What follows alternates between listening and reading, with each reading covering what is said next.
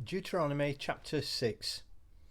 These are the commands, decrees, and laws the Lord your God directed me to teach you to observe in the land that you are crossing the Jordan to possess, so that you, your children, and their children after them may fear the Lord your God as long as you live, by keeping all his decrees and commands that I give you, and so you may enjoy long life. Hear, O Israel, and be careful to obey, so that it may go well with you, and that you may increase greatly in a land flowing with milk and honey, just as the Lord, the God of your fathers, promised you. Hear, O Israel, the Lord our God, the Lord is one. Love the Lord your God with all your heart, and with all your soul, and with all your strength. These commandments that I give you today are to be put upon your hearts. Impress them on your children. Talk about them when you sit at home, and when you walk along the road, when you lie down and when you get up. Tie them as symbols on your hands and bind them on your foreheads. Write them on the doorframes of your houses and on your gates.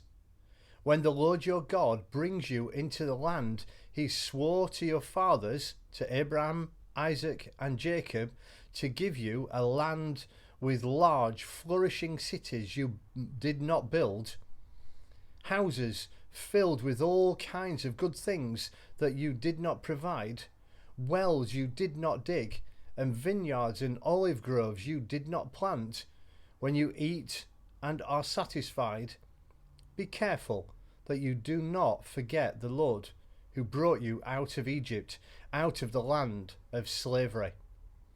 Fear the Lord your God, serve him only, and take your oaths in his name. Do not follow other gods, the gods of the peoples around you, for the Lord your God, who is among you, is a jealous God, and his anger will burn against you, and he will destroy you from the face of the land. Do not test the Lord your God as you did in Massah. Be sure to keep the commands of the Lord your God and the stipulations and decrees he has given you. Do what is right and good in the Lord's sight, so that it may go well with you, and you may go in and take over the good land that the Lord promised on oath to your forefathers, thrusting out all your enemies before you, as the Lord said. In the future, when your son asks you, what is the meaning of the stipulations, decrees, and laws the Lord our God has commanded you? Tell him, we were slaves of Pharaoh in Egypt, but the Lord brought us out of Egypt with a mighty hand.